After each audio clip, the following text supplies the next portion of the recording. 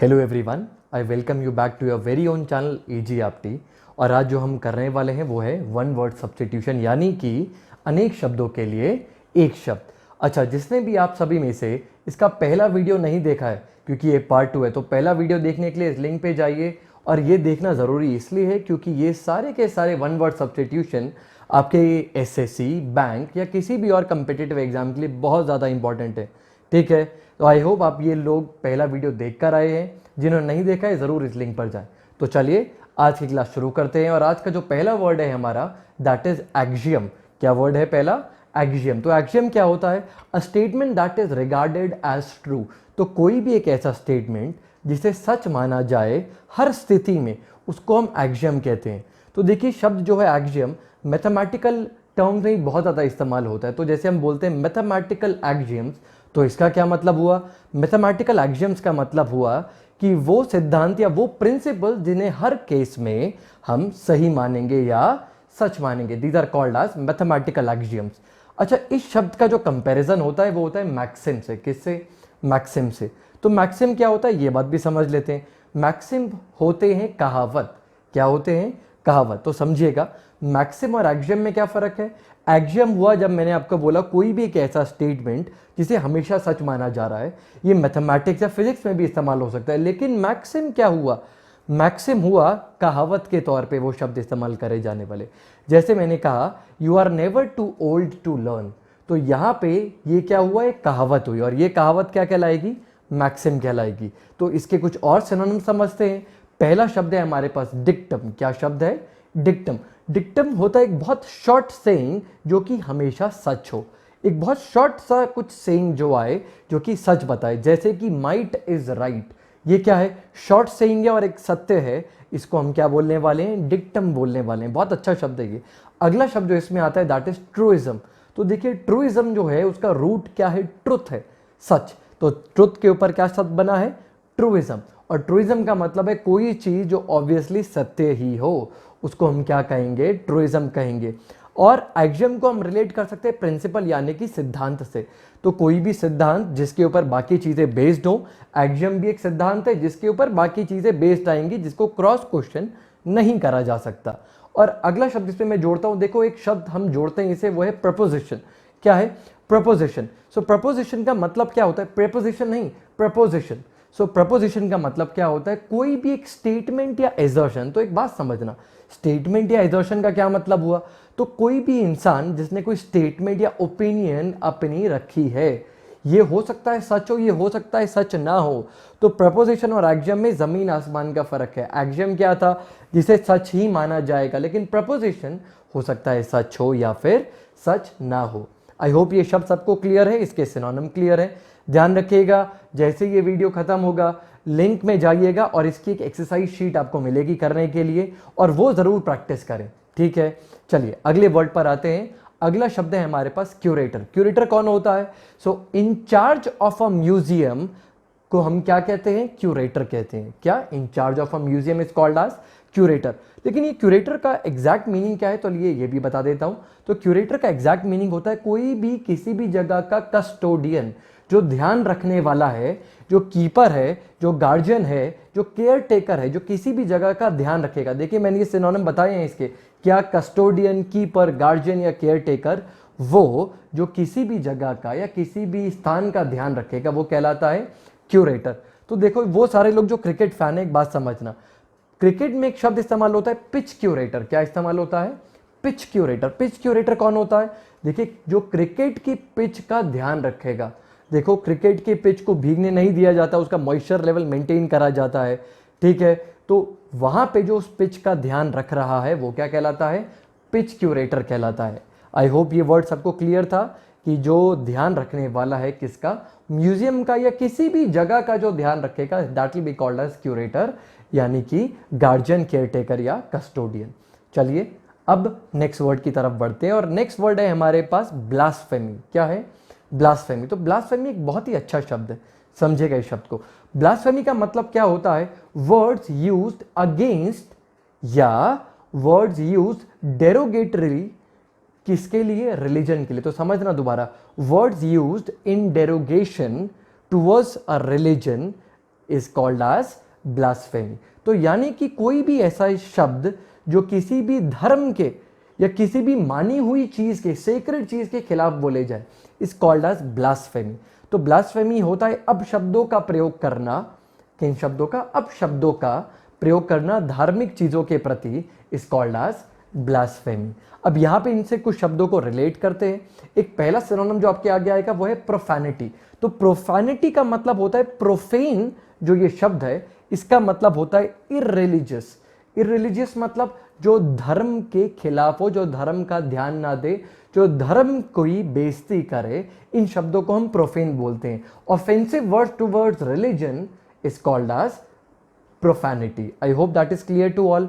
अगला शब्द है यहाँ पे सैक्रिलेज। सैक्रिलेज भी क्या होता है? सेक्रेड चीजों के खिलाफ। देखो सैक्रिलेज में जो रूट है सेक, उसका मतलब है सेक्रेड, यानी पवित्र या होली चीजों के खिलाफ जो शब्द बोले जाएं, that will be called as sacrilege. और एक शब्द इसमें और रिलेट करेंगे हम, and that will be irreverence. So the word is irreverence. देखो रेवरेंस का मतलब होता है रिस्पेक्ट या किसी चीज को पूजना। रेवरेंस का मतलब है पूजना। इर इज अ नेगेटिव प्रीफिक्स। अगर ये शब्द से पहले लगा है तो ये नेगेटिव है, तो यानी शब्द का मीनिंग पलट रहा है। इररेवरेंस का मतलब जहां पे रिस्पेक्ट ना हो उसको हम क्या बोलेंगे? इररेवरेंस कहेंगे। I hope that is clear. शब्द था ब्लास्फेमी। क्या शब्द रिलेट करे हमने? Profanity, sacrilege, irreverence. I hope that is clear to all. चलिए अगले शब्द की तरफ बढ़ते हैं और अगला शब्द है हमारे पास एंथोलॉजी। क्या शब्द है? एंथोलॉजी। सो देखिए शब्द समझना, एंथो जो रूट है, ये जो एंथो रूट है, अब ये देखो दो तरीके से रूट आता है। एक रूट बनता है ANTHEM। क्या बनता है? ANTHEM, जिसका मतलब होता है गान। हम बोलते हैं राष्ट्रगान, यानी कि नेशनल एंथम। ये बात समझिएगा। सो एंथो, ये जो रूट है, जब मैंने एंथम बताया तो इसका मतलब सॉन्ग या पोएम से है। किसे? सॉन्ग या पोएम से है। So a collection of poems and other pieces of writing. तो एक कलेक्शन जो किसका है? पोम्स का है या फिर और राइटिंग का है, that is called as anthology. So logy मतलब स्टडी एंड एंथो मीन्स क्या था? पोएम। तो पोएम और लॉजी यानी कि पोएम की पढ़ाई क्या कहलाएगा? एंथोलॉजी कहलाएगा। अच्छा एक रूट और बता देता हूं। देखिए बच्चों को कंफ्यूजन हो जाता है जब वो शब्द पढ़ते हैं पॉलीएंथम। क्या पढ़ते हैं? पॉलीएंथम। तो वो सारे लोग जो बायोलॉजी से रिलेटेड है, ठीक है, बॉटनी से रिलेटेड है, वो सारे बच्चे जो अभी बीएससी कर रहे हैं, तो एक बात समझना, पॉलीएंथम का मतलब क्या होता है? पॉली मतलब मेनी और एंथम का मतलब हुआ फ्लावर्स। तो a plant with many flowers, या बहुत सारे फ्लावर्स को हम पॉलीएंथम बोलने वाले हैं। वहां पे एंथम का मतलब किससे रिलेटेड नहीं है? वहां पे एंथम का मतलब पोएम से रिलेटेड नहीं है, ये ध्यान रखिएगा। तो वहां पे एंथो का मतलब फ्लावर्स से है। I hope that is clear to you. So anthology is a collection of poems या अदर पीसेज ऑफ राइटिंग। अब इसके कुछ सिनोनिम भी समझ लेते हैं। तो पहला आएगा, क्योंकि ये कलेक्शन है तो पहला सिंपल सा क्या है हमारे पास? Synonym collection. एक और इससे सिनोनिम रिलेट करते हैं, दैट इज कंपाइलेशन। अच्छा कंपाइलेशन मतलब किसी भी चीज की लिस्ट बनाना, एक जैसी चीजों को इकट्ठा कर लेना, इज कॉल्ड एज कंपाइलेशन। और एक और शब्द वो है कंपेंडियम। क्या है? Compendium means a collection of similar things. एक जैसी चीजों के संगठन को हम क्या बोलते हैं? हम बोलते हैं कंपेंडियम। तो देखिए एंथोलॉजी क्या था? अ कलेक्शन ऑफ पोएम्स या फिर other pieces of writing. Poem या और कुछ लेख का कलेक्शन एंथोलॉजी। इससे सिनोनिम क्या थे? कलेक्शन था, कंपेंडियम था और कंपाइलेशन था। चलिए अगले वर्ड की तरफ आते हैं और अगला वर्ड है हमारे पास कैनिबल। ये बहुत अच्छा शब्द है। क्या शब्द है? कैनिबल। देखो मीनिंग तो इसका बहुत बुरा है लेकिन शब्द याद रखने के लिए बहुत मजेदार है। तो कैनिबल का मतलब होता है कोई भी एक जो अपनी ही प्रजाति को खाए। देखो बहुत सारे लोगों को कैनिबल में जो कंफ्यूजन होता है वो ये होता है कि कैनिबल का मतलब क्या है? कि जो एक इंसान दूसरे इंसान को खा रहा है। देखो कैनिबल का एक्चुअल मीनिंग ये है कि कोई भी एक जीव जो अपने ही जीव को खाए, अपनी ही प्रजाति को खाए, is called as cannibal. I hope that is clear. अब इसका रूट जो है वो और भी मजेदार है, समझना। तो क्रिस्टोफर कोलंबस जब कहां से गुजर रहे थे? जब क्रिस्टोफर कोलंबस गुजरे कैरेबियन के पास से, तो यहां पर उन्होंने काफी लोगों से मिले और देखा कि इन लोगों के बीच क्या प्रथा है कि ये अपनी ही प्रजाति को खा रहे हैं। अब ये उनका भ्रम था या सच्चाई थी, व्हाटएवर इट वाज, लेकिन यहां से इस शब्द का रूट निकला और कैरेबियन से शब्द निकल कर आया कैनिबल। और कैनिबल का मतलब क्या हुआ? कि एक जीव जो अपनी ही प्रजाति को खाए। तो एक बात समझना, यहां से शब्द समझते हैं कैनिबल से कि जो अपनी प्रजाति को खा रहा है, लेकिन सिर्फ मैन ईटर को क्या कहेंगे, जो मानव जात को ही खाए। तो देखिए बहुत अच्छा शब्द आता है यहाँ पे और वो शब्द है एंथ्रोपोफेजिस्ट। क्या शब्द है? एंथ्रोपोफेजिस्ट। ये शब्द देखिएगा, शब्द बहुत बड़ा है, मीन काफ़ी सारा यहाँ पे अल्फ़ाबेट इस्तेमाल हुए हैं, लेकिन इसका मीनिंग बहुत ही आसान है। एंथ्रो का जो मतलब होता है वो होता है मैनकाइंड। पफ जो यहाँ पे लिखा हुआ है वो ग्रीक है, उसका मतलब क्या है? ईट। सो एंथ्रोपफ का मतलब हुआ जो मानव जात को खाए। एंथ्रोपोफेजिस्ट क्या हुआ? वो one who eats mankind is called as anthropophagist. I hope that is clear to everyone. ये शब्द जरूर समझ आया है सबको। और कुछ शब्द रिलेट करते हैं इसे, देखो जैसे मैन ईटर हमने समझा।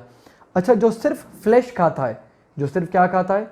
फ्लैश खाता है, one who eats flesh is called as cannibal. तो नहीं, कैनिबल तो अपनी प्रजाति को खा रहा है, ये कहलाता है कार्निवोरस। सो कार्न का मतलब होता है फ्लैश। क्या होता है? फ्लैश। तो जो कार्निवोरस है दैट कंज्यूम्स फ्लैश, जो मांसाहारी है वो कहलाएगा कार्निवोरस। और जो घास खा रहा है, जो हर्ब्स खा रहा है, that will be called as herbivorous. यानी कि वो सारे जीव जो क्या खाते हैं? घास खाते हैं या वनस्पति पे जिंदा हैं, they are called as herbivorous. वो सारे जीव जंतु, वो सारे एनिमल्स जो क्या खाते हैं? मांस खाते हैं, are called as carnivorous.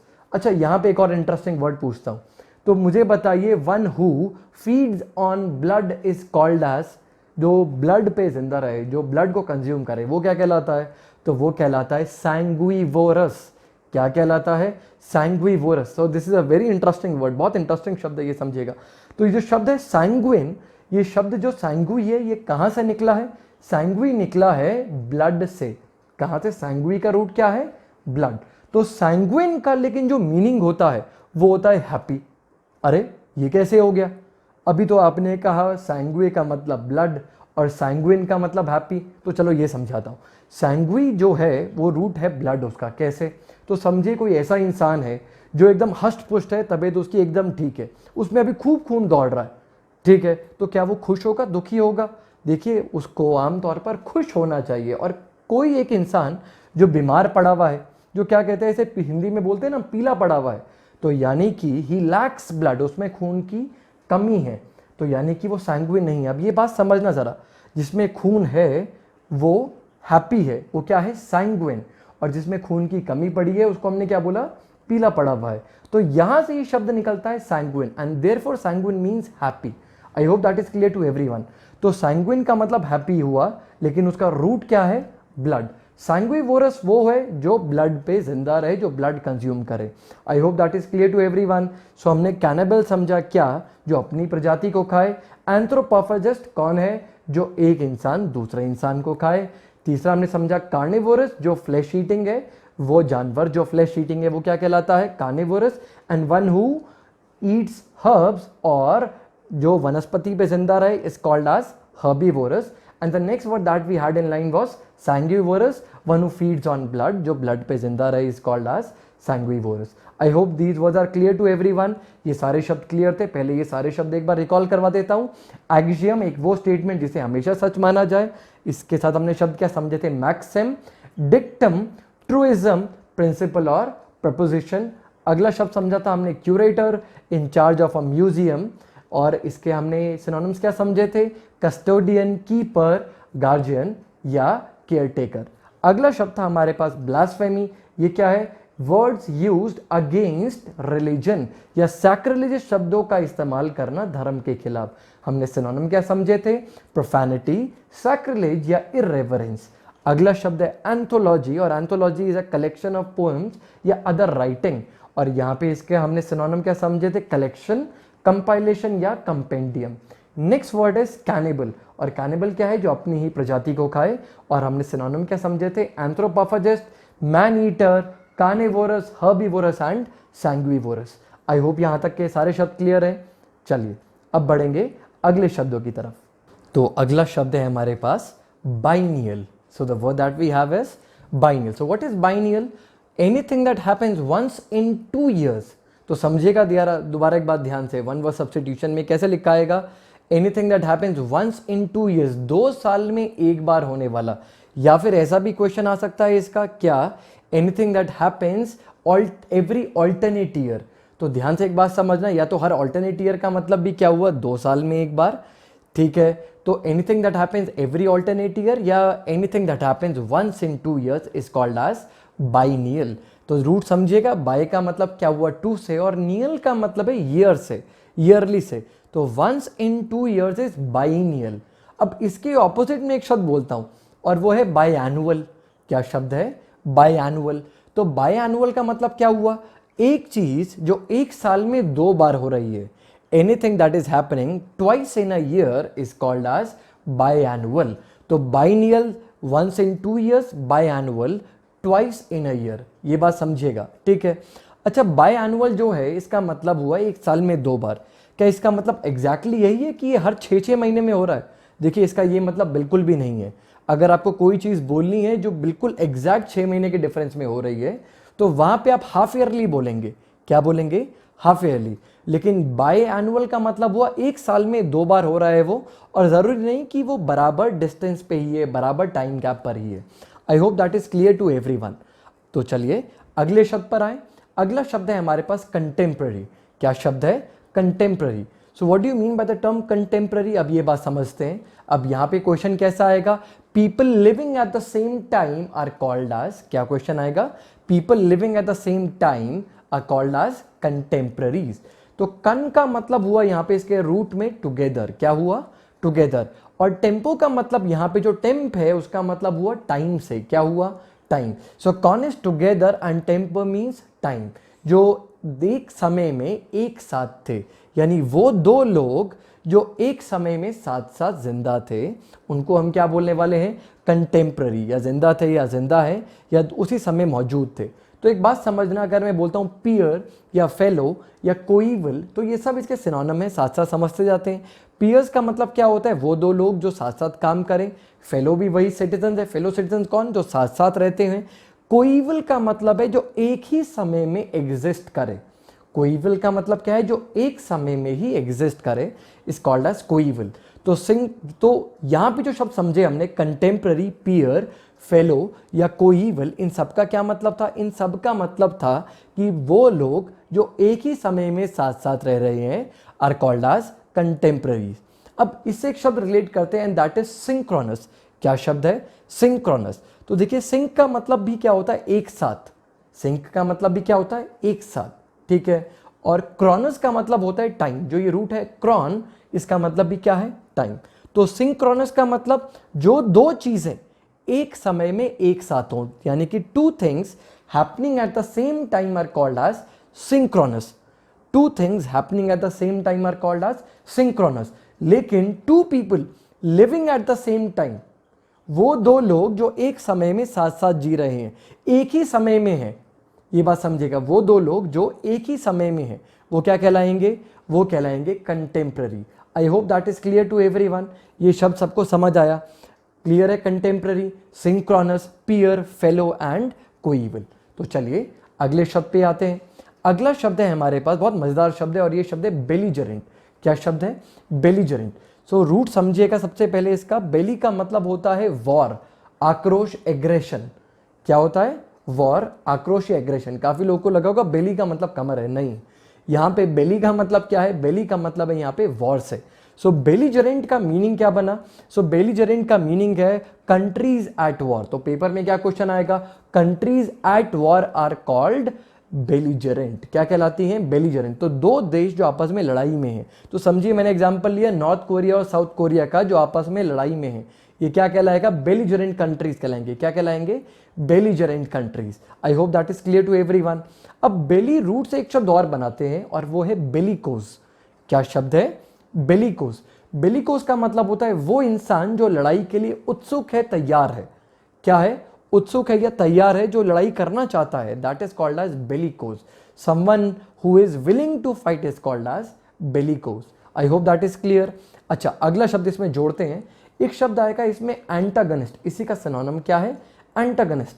Antagonist का मतलब क्या होता है, तो देखो एंटागनिस्ट का मतलब बताता हूं। एंटागनिस्ट को रिलेट करो पहले प्रोटैगनिस्ट से। 2 शब्द, एंटागनिस्ट एंड प्रोटैगनिस्ट। एंटागनिस्ट होता है जो ऑपोजिट साइड पे खड़ा हो, यानी कि जो किसी के खिलाफ खड़ा हो, वो किसी से लड़ना चाहता है, किसी के खिलाफ खड़ा है, सामने वाले को वो नीचा दिखाना चाहता है, that is antagonist. And protagonist, अब एक बात समझते हैं, मूवी में दो लोग हैं, एक है हीरो और एक है विलन। तो हीरो को आप क्या बोलेंगे? हीरो को बोलेंगे प्रोटैगनिस्ट ऑफ द मूवी और विलन को बोलेंगे एंटागनिस्ट ऑफ द मूवी। तो जो हित में है वो प्रोटैगनिस्ट, जो अहित में है, जो खिलाफ खड़ा है, वो है antagonist. I hope that is clear to everyone. ये दोनों शब्द सबको क्लियर है, प्रोटैगनिस्ट और एंटागनिस्ट। अब इसमें एक और शब्द जोड़ते हैं और वो है पग्नाशियस। क्या है? पग्नाशियस। पग्नाशियस का मतलब क्या होता है? देखिए, पग्नाशियस का मतलब क्या होता है, ये वो इंसान है जो उत्सुक है लड़ाई के लिए, जो मौका ढूंढता है लड़ाई का। मतलब कोई इसको मौका चाहिए कहा सुनी का, इसका दिन भर समय ही नहीं बीतता भाई, इसको लोगों से लड़ना है। ये वो है जो लोगों से लड़ के अपना समय पास करता है, हर समय लोगों को ढूंढता रहता है किससे लड़ूं, किससे सर फाड़ूं। ये क्या कहलाएगा? पग्नाशियस कहलाएगा। क्या कहलाएगा? ये पग्नाशियस कहलाएगा। I hope that is clear to everyone. जैसे कि हमारा नेबरिंग कंट्री, ठीक है, पाकिस्तान, तो वो क्या है? पग्नाशियस है। अरे भैया, लड़ने का मौका ढूंढता रहता है, उसको सबसे जाके अपना सर फाड़ना है, वो क्या है? पग्नाशियस। तो पग्नाशियस मतलब someone who is willing to fight, eager to fight, या मौका ढूंढ रहा है लड़ाई का, is called as pugnacious. I hope that is clear to everyone. So let us move on towards our other word. और अगला शब्द है हमारे पास कॉस्मोपॉलिटन। क्या शब्द है? कॉस्मोपॉलिटन। सो ये रूट समझिएगा। कॉस्मो का मतलब होता है यूनिवर्स। कॉस्मो का मतलब क्या होता है? ब्रह्मांड, यानी कि यूनिवर्स। कॉस्मोपॉलिटन कौन हुआ? One who is a citizen of the world. कौन? वो जो इस पूरी दुनिया का सिटीजन है, इज कॉल्ड एज कॉस्मोपॉलिटन। क्या कहा मैंने? अब एक बात समझना, वो इंसान जो पूरी दुनिया में जाके रहता है, जो कहता है ये पूरी दुनिया मेरा घर है, he will be called as cosmopolitan. जो सिर्फ एक ही जगह पे सीमित नहीं है, जो जगह जगह जा रहा है, पूरी दुनिया घूम रहा है, he will be called as cosmopolitan. I hope that is clear to everyone, right? अब कॉस्मोपॉलिटन हुआ one who is a citizen of the world, ठीक है। इससे एक शब्द रिलेट करते हैं और वो है मेट्रोपॉलिटन। कॉस्मोपॉलिटन वो इंसान जो क्या है? जो पूरी दुनिया का सिटीजन है। अब मैंने शब्द क्या रिलेट करा? मेट्रोपॉलिटन। देखिए, मेट्रोपॉलिटन और मेट्रो का मतलब क्या है? इसे एक शब्द भी आता है मेट्रोपोलिस। तो इन शब्दों का मतलब समझते हैं। मेट्रोपॉलिटन मतलब होता है कुछ ऐसे शहर जहां की आबादी बहुत ज़्यादा है। क्या सिर्फ आबादी ज़्यादा है? नहीं, समझिएगा, यहाँ पे जॉब अपॉर्चुनिटी ज़्यादा है। ये रूरल एरियाज है, अर्बन एरियाज है, ये सारे अर्बन एरियाज हैं जहाँ पे इकोनॉमिक डेवलपमेंट ज़्यादा है, पॉपुलेशन ज़्यादा है, जहाँ पे वर्क अपॉर्चुनिटी ज़्यादा है। इन सारी जगहों को हम मेट्रोपॉलिटन बोलते हैं। I hope that is clear to everyone. So cosmopolitan तो एक इंसान हुआ जो पूरी दुनिया में जाके रह रहा है, जो पूरी दुनिया का सिटीजन है। और मेट्रोपॉलिटन वो शहर हुए जहाँ की आबादी ज़्यादा है। सो cities that have large population and have a better economic condition are called as metropolitan. ये urban areas होते हैं, rural areas को हम metropolitan नहीं कहते हैं। I hope that is clear to everyone. अगले शब्द पर आए और अगला शब्द है हमारे पास anarchist। क्या शब्द है? anarchist का जो लॉ एंड ऑर्डर के खिलाफ खड़ा होगा। जो किसके खिलाफ खड़ा होगा? लॉ एंड ऑर्डर के खिलाफ खड़ा होगा। जो कहेगा लॉ एंड ऑर्डर को तबाह कर दूंगा, लॉ एंड ऑर्डर से जाके लड़ूंगा मैं। ये बात समझे या नहीं? ये नक्सलवादी है, ये लड़ने को तैयार है सबसे कि मैं लॉ एंड ऑर्डर को तबाह कर दूंगा, एक जगह को क्या बना दूंगा? लॉलेस बना दूंगा, जहां पे कोई कानून ना हो वो बना दूंगा। तो he will be called as anarchist, ठीक है। सो इसको हिंदी में क्या बोलते हैं हम? इसको हिंदी में बोलते हैं अराजकतावादी। क्या? अराजकतावादी। ये कौन है? जो बगावत करेगा, जो कायदे कानून के खिलाफ है, जो कहता है लॉ एंड ऑर्डर को तबाह कर दो और क्या करो भैया, बिल्कुल बगावत वाली स्थिति खड़ी कर दो, वो है anarchist. I hope that is clear to everyone. अब इसके कुछ सिनोनिम समझ लेते हैं। पहला सिनोनिम है हमारे पास एजिटेटर। क्या है? एजिटेटर। एजिटेटर कौन होता है? जो एजिटेट करेगा, मतलब जो लोगों को भड़काएगा, जो स्टिर अप करेगा। क्या करेगा? स्टिर अप मतलब भड़काएगा, जो लोगों को कहेगा कि भैया पॉलिटिकल कॉज के लिए लोगों को लड़ने के लिए उत्सुक करेगा। ही इज कॉल्ड एज क्या? एजिटेटर। आई होप ये मीनिंग क्लियर होगा शब्द का। अगले इसमें एक और शब्द जोड़ते हैं। अब देखो, ये समझना जरा। अब मैं इन शब्द को, किसको? एनार्किस्ट को रिलेट कर रहा हूं किससे? रेवोल्यूशनरी से। किससे? रेवोल्यूशनरी से। तो एक बात समझना, रेवोल्यूशनरी होता है क्रांतिकारी। क्या होता है? क्रांतिकारी। अब समझिएगा, क्रांतिकारी को अगर हम रिलेट करें एनार्किस्ट से तो कैसे रिलेट हुआ? तो एक बात समझो, अगर जब भारत में अंग्रेजों का राज था तो हमारे में से, अगर हिंदुस्तानियों में से किसी ने क्या करा? अंग्रेजों के खिलाफ हल्ला मचाया, तो अंग्रेजों के हिसाब से तो वो क्या हो गया, एनार्किस्ट हो गया, बगावती हो गया जो हल्ला मचा रहा है। लेकिन हमारे हिंदुस्तानियों के लिए वो क्या बना, रेवोल्यूशनरी, क्रांतिकारी बना। I hope that is clear to everyone, ये मीनिंग समझ आ रहा है। एनार्किस्ट सरकार की नजर में होगा और लोगों की नजर में वो क्या होगा, लोगों की नजर में वो क्या बना, क्रांतिकारी बना। ठीक है, सो एनार्किस्ट मीन्स क्या हुआ, जो लॉ एंड ऑर्डर के खिलाफ खड़ा है। लेकिन रेवोल्यूशनरी अगर मैं इस शब्द से रिलेट करता हूं तो ये हुआ क्रांतिकारी। अब ये क्रांतिकारी लोगों के हित में सरकार से जाके लड़ रहा है, ये लोगों के हित में किससे लड़ रहा है, सरकार से जाके लड़ रहा है। So he will be called as revolutionary. I hope आप इन दोनों शब्दों का कंटेक्स्ट समझे होंगे, दोनों शब्दों को समझे होंगे, किसको, एनार्किस्ट को और रेवोल्यूशनरी को। तो चलिए अगला इसी में हम एक सिनोनिम और जोड़ते हैं और वो है इंसर्जेंट। क्या है, इंसर्जेंट। तो हु इज एन इंसर्जेंट, जो ध्यान रखना, जो फोर्सिबली, क्या ये इंपॉर्टेंट है, जो फोर्सिबली किसके खिलाफ खड़ा होगा, गवर्नमेंट या अथॉरिटी के खिलाफ खड़ा होगा, he will be called as क्या, insurgent. So insurgent is someone one who forcibly stands opposite to the government या लॉ एंड ऑर्डर या authority is called as insurgent. I hope ये सारे शब्द क्लियर है यहाँ तक आपको। हमने जितने शब्द समझे उनसे बहुत सारे सिनोनिम्स भी और समझे हैं। और इसके बाद एक शीट फॉलो होगी, आप वो डिस्क्रिप्शन में जाएं, शीट ज़रूर करें इन सारे शब्दों को एक बार रिकॉल करने के लिए। अगर आपको हमारा वीडियो पसंद आया हो तो प्लीज़ लाइक करें, सब्सक्राइब करें and hit the bell icon, ताकि आपको सबसे पहले नोटिफिकेशन मिले। Thank you so much.